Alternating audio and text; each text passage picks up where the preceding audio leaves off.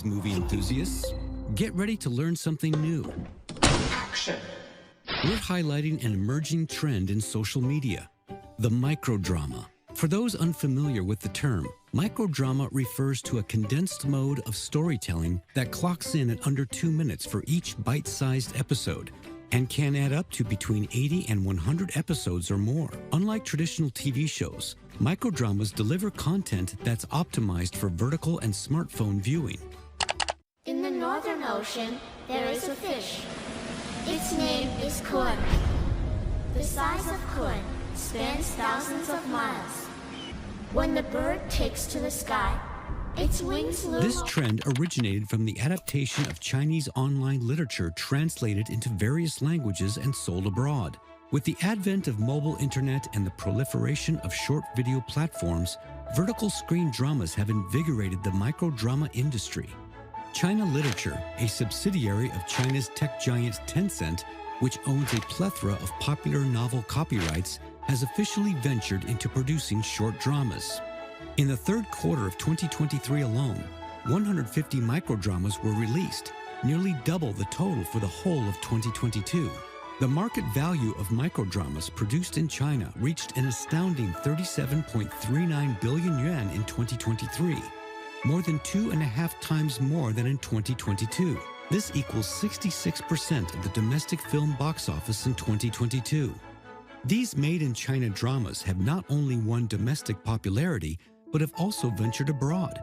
Real Short, for example, owes its success to its unique local strategy. Initially, Real Short brought Chinese short dramas to the overseas market with English subtitles. But after initial average results, Real Short began to feature authentic European and American actors, filming on location and localizing the scripts. How shameless of you to come here and beg us for money. I'll pay you guys back, I promise. Lauren, maybe we can let her borrow the money. I mean, it's her mother that's sick. You're still thinking about your ex-wife? The business model of such apps is uncommon. The first few episodes are free, but viewers must pay to watch the subsequent ones. It costs an average of $1 for a 2-minute episode. This model has resulted in the app being downloaded 11 million times across iOS and Android platforms, generating $22 million in net revenue since its August 2022 launch. At its peak, Real Short boasted daily global revenue of around $270,000. Microdramas may be a transformational shift in the way we consume entertainment. Now let's scroll to join our discussion on why such a mode went viral. Hello and welcome to Dialogue. Despite the cheesy plots, unknown actors, and occasional flopped lines, the streaming app known as Real Short, a company invested by the Beijing-based digital publisher COL Group, has an undeniable charm and has hooked millions with its minutes-long microdramas. It has already exceeded 10 million downloads in the US alone. What's the secret behind their skyrocketing success? Are these microdramas just a fleeting fad, or are they here to stay? And with the production costs that are just a fraction of traditional TV shows, could this be the new way we produce and consume content? To help us look at these questions and more, I'm joined by actor Kasey Esser, Gary Mo, part of the core team at Highstreet, and Chen Jiahe, Chief Investment Officer at Novem Arcae Technologies. That's our topic. I'm Xu Qinduo.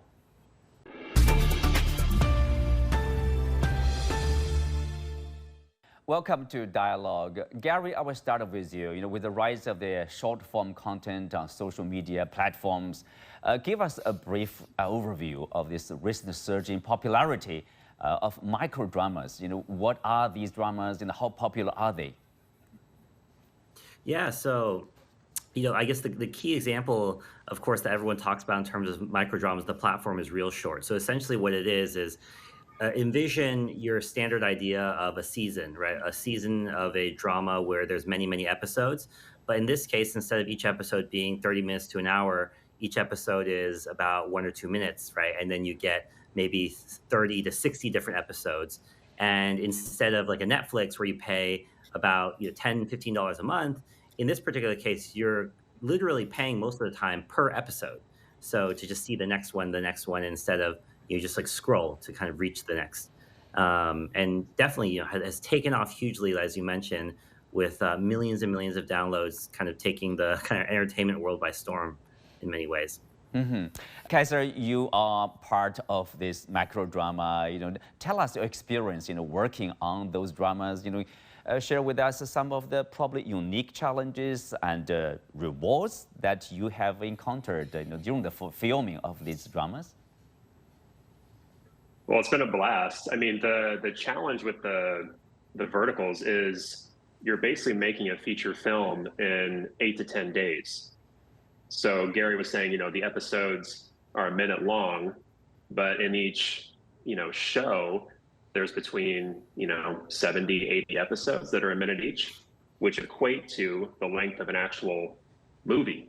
So you're making a movie in 10 days. So the days are very fast paced, and you have to be able to, in my case, memorize lines very quickly, change your wardrobe very quickly, and be able to adapt to scene changes and things that come up last minute. Do you like it? How do you compare it with, say, traditional drama making? I love it, and one of the big reasons is, we make one and then it comes out in less than 2 months usually, so you get to see your work out there very quickly. And, it's just been very humbling to see the audience response and how much they love it. So I'm having a blast. Jiahe, Real Short, as we mentioned, is a company owned by Crazy Maple Studio, a Northern California company.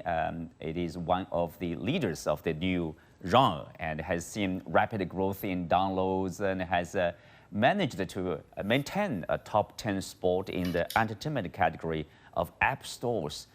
It has topped like 30 million downloads worldwide, and 40% of which came from the US. From an investor's point of view, what makes it so appealing? So many downloads there. The reason that it is expanding so quickly, I think it's because it just grabbed this niche market that was actually omitted by many people before.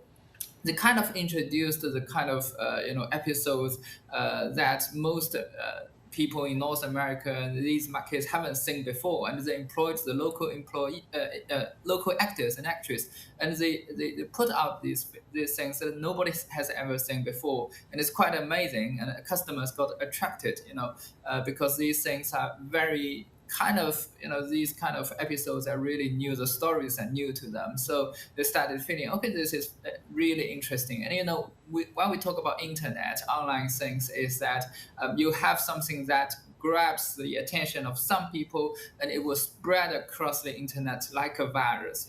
It's really fast, so that we can see this company has got so many downloads in so short a period of time, and its parent company stock price being soaring. I wonder, how had this success acted as probably a catalyst for competition, competing apps and also the genre as a whole, Gary?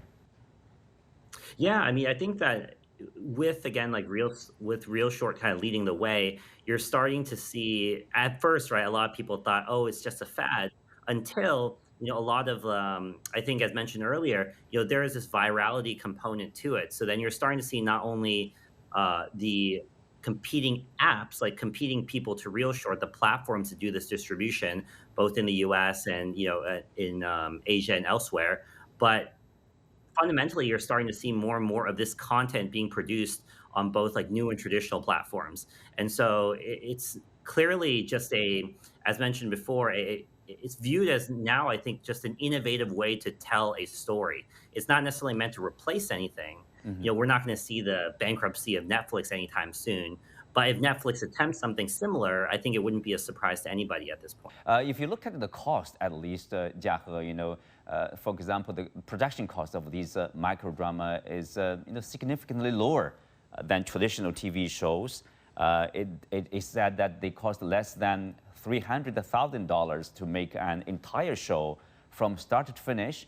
And if you look at the traditional streaming services like Netflix, it spent $20 million per episode to produce, the recent one, Three Body Problem, for a total budget of $160 million. So, how do you compare the costs the cost is really low for each series, like a 2-minute story, and it's really low cost over there, and they get a lot of money paid by the people who love them. But the problem is always putting on the competition. When people find out this is so profitable, they get millions of dollars from these things, people will jump in because there's nothing there to stop other companies to be joining in. And when people join in, the whole story would be slightly different. You can't maintain a super high profitability for a long period of time. That's business. Business always retain your profitability to somewhere around 6 to 10% return on equity in the long term. So that's the thing. But they will probably have a very good semi-annual report. You don't know. We're expecting that. Gary, what's your response to what Jiahe has said about the potential challenges? Probably the competition will get fiercer, and also there are also probably the cost will rise, say, for these companies. Yeah, I completely agree. I think that when I look at this trend, I really am reminded of the kind of beginning eras of mobile gaming. And at that time, mobile gaming, to make a game, it might cost less than $100,000. Within 2 years, you start to see bigger players come in, more players come in, and then suddenly a legitimate game starts to cost well over $10 million, right? So I think that, history has proven that once something gets popular, entrants come in, it does make it harder, but it does professionalize the content that goes up, right? Similarly, I think, though, it doesn't necessarily mean it's only going to get necessarily more expensive and only bad in that sense. I think the other kind of key thing is that with this short form content, there's a lot of interesting, right? For me, as from a product manager, analyst standpoint, you can see there's so much more data and customer understanding you can have from this short form content, right? I don't have to make a 2-hour movie and then just put it out there and ask somebody, do you like this, yes or no? Now I can actually go and analyze down to the exact minute. Oh, everybody really likes this particular minute in this series. And what would I do with that? I probably would emphasize that more the next time and make it more addictive, more engaging, right? And then in that short form content, you can see in these apps like Real Short, we've only just played the tip of the iceberg in some of the things you've seen in both Chinese consumer apps or American consumer apps, either games or e-commerce, in terms of these promotional tactics, right? Like daily bonuses that you get for watching every single day in a row, sales like package deals or special Christmas deals where you get more episodes than you normally would. So I think that though the cost would certainly rise, there's a lot more you can see in terms of kind of monetization mechanics once, as we've established, once you have that audience, right? Well, Kasey, I wonder, as an actor, what do you see and how do you see these rising challenges or potential challenges? Probably will get more professionalized, probably the cost will rise and the competition will get fiercer, for example? I mean, I think it's a good thing. I think, when something's doing well and there's competition that enters the space, that actually makes everything better because it forces everyone to raise their game. And in terms of the production value, I don't necessarily think that will have to really go up a ton because people are already responding to the budgets that are presented and they're loving it. It's going to more depend on who can tell the best story and who ends up being the really popular talent that people follow. Again, we don't even have financial statements from this past year. That's how new this is. So it's tough to say, what will end up happening, but I think the potential is unlimited. Well, adding to those potential challenges, one microdrama screenwriter mentioned the challenge of fitting 3 plot twists into each minute on screen. So Kasey, could you talk about this emphasis on the plot twists here? Well, I mean, when you think of, where these are made to be consumed, it's on the phone. And when you're on your phone, there's a lot of distractions that come in. So if the story isn't hooking you consistently, you will navigate off of that screen. So that's specifically for the format of being on your phone, where your attention is really competed for. And, that's why I think that is necessary in this format. Gary, do you think this practice is redefining or affecting the way of storytelling? I would phrase it more as it's opening a new storytelling format. In the last kind of many years, there's been this almost critique or this common debate with people talk about like, oh, are people in the new generation just losing their attention span, right? Like because of formats like, on TikTok, like Instagram stories, things like that. But my kind of rebuttal or my kind of, I guess you could say, rejection of that idea is while you see an explosion of short form content, I mean, podcasts are a perfect argument against that, right? People are listening to 2 hour long conversations, different KOLs and celebrities have with other celebrities, just storytelling. So in many ways, I do think, like mentioned before, I don't really believe that the short form content is here to necessarily eliminate something that's already existing. But I do think, as we on the panel have talked about, it does open the doors for not only new players that are maybe never necessarily were experts at long form storytelling to really excel in this arena. And if the shorter form is allowing for everyday people to someday start creating this content themselves, it can only be a good thing, right? Because we're only going to get more options and greater competition, which kind of raises the boats for everybody. Mm-hmm. Kasey, what's your experience of, let's say, working in such intense storytelling? Does it require anything special or additional to prepare for such storytelling, like speed? Well, as an actor, the preparation is very similar. I think with the fact that it is vertical, when we shoot the actual scenes, we have to stay a little bit more contained, because if we move like one step to the right or one step to the left, we'll be out of frame. So the blocking is a little bit tighter, but otherwise, it's very similar. Mm-hmm. With all these changes in the making, Kasey, how is this affecting the career aspirations of actors, writers, and directors? Well, for one, it's creating a lot more opportunity. Before, I did the first vertical, no one really knew who I was in the acting space. And now in less than a year, I'm making a full-time living from acting. I have a global fan base, and, that's due to these verticals. I could have done 100 short films. I could have even done a supporting role in a TV show on Netflix and not gotten the same kind of exposure that I've gotten through these, because I'm front and center where people are on their phones. Yeah. So, I'm able to reach them in a way that I couldn't have before. So, I think it behooves anyone that's coming up in the industry to, see this as a huge opportunity and to go all in on it. Gary, I wonder, what are the factors, basically driving such a shift? Is it because the rise of social media or this, information density? Like you don't simply have that kind of time to enjoy a long traditional TV drama, but at the same time, there are so much out there probably you need to be aware of, even to start a chat with your friends. You said it perfectly. I think that it's really the capacity to just sit down for an hour to watch something like very intentionally.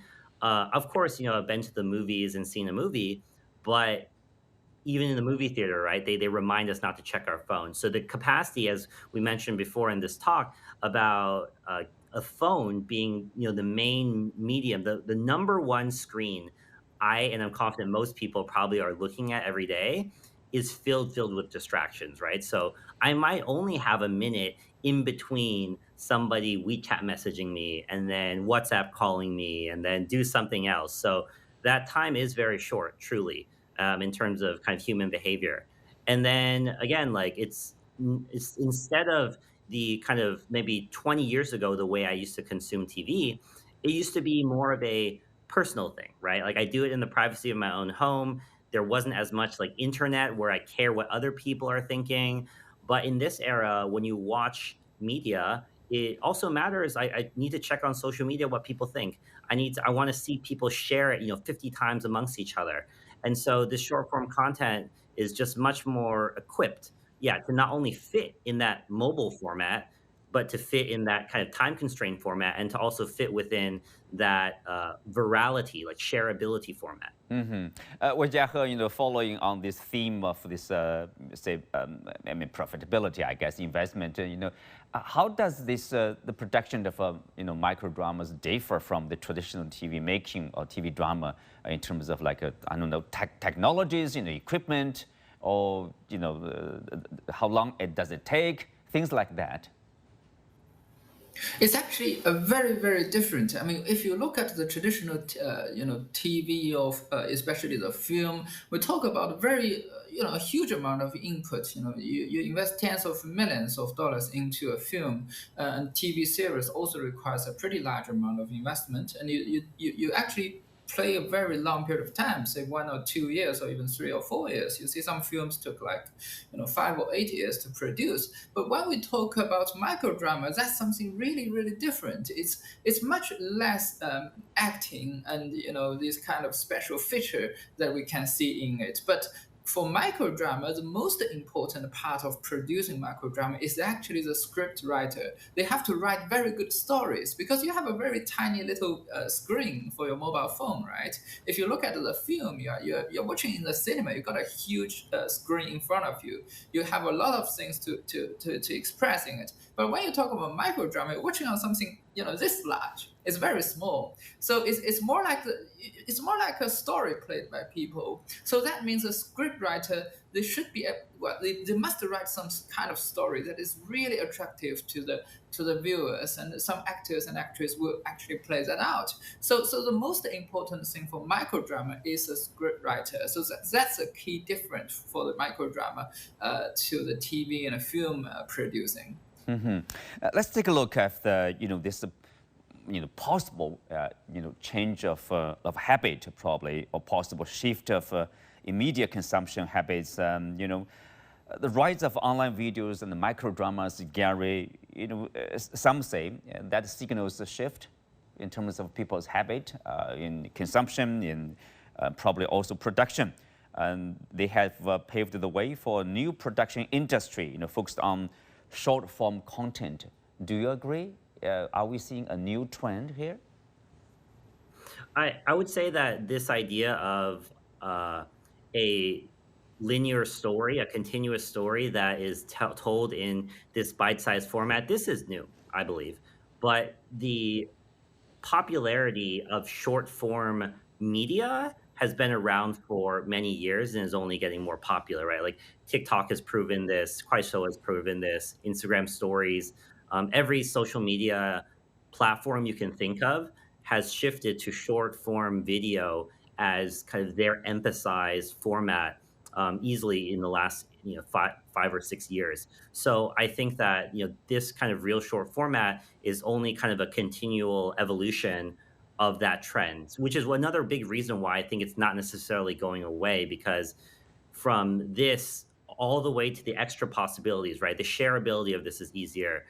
You already saw users that, on TikTok or otherwise are 2x kind of their voice, just giving you a 1-minute description of a Hollywood movie like Avengers or something like that.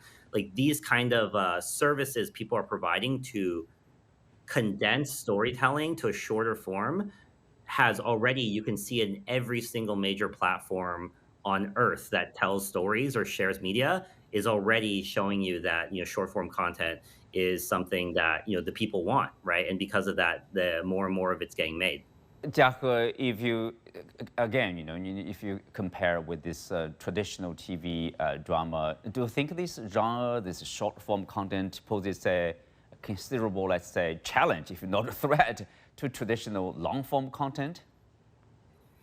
Definitely, they're putting a threat to the long term, long form, like TV, film, these kind of things. Because we have a saying in businesses that everyone has only 24 hours a day, and they have like maybe 2 or 3 hours watching things, and the total time of people watching things is actually limited because we have to do many other things like taking a shower, having dinner, working out, going to work, all these kind of things. So you probably have like 1 or 2 hours watching things. So if these kind of micro dramas grabbing like 30 or 40 minutes, and don't even mention grabbing the dollar from the wallets of people, the TV and the film will actually have less market share. That's for sure. But the companies who are producing the TVs and films, they will still they will not stand there and wait for the attack of the micro drama companies. They will also come over to the micro drama business if this trend is has been able to undertake the test of the market and be a continued industry that grows and grows, and these companies will join in. I mean, who says that it's only the real shorts that can produce micro drama? We can do that as well. So people will join in the future if this micro drama is proved to be a long-lasting trend. Like if you look at this, as we said at the very beginning, many people would ask the question, Gary, is this micro drama a fleeting, fad thing, or is it here to stay and then evolve? And even something new will be say made out of there. I think I am 100% confident. I would bet that it's here to stay. Like I said, I think that even before Real Short became popular, shorter form media, right, whether it's audio, video, text, storytelling, otherwise, this is already becoming increasingly popular length that people are consuming. And so, one area, even very simply, we have yet to really see kind of take off yet is obviously Real Shorts, a lot of kind of real human acting and drama. We haven't really even seen the explosion of animated, right? Animated manga, anime type. And so, like I said, that's just one very simple example I could just pull out like that. Like imagine all the other kind of formats that can be cut into this type that can reach another new niche audience, right? And suddenly many niche audiences become one large category. So I think that, anybody that's kind of in the media business should be looking into, how to start telling stories in that format or how to deliver content in that format. Well, on that note, we come to the end for today's discussion. Many thanks to our guests. You can also find us on the CGTN app on YouTube. I'm Xu Qinduo. Thanks for being with us. See you next time.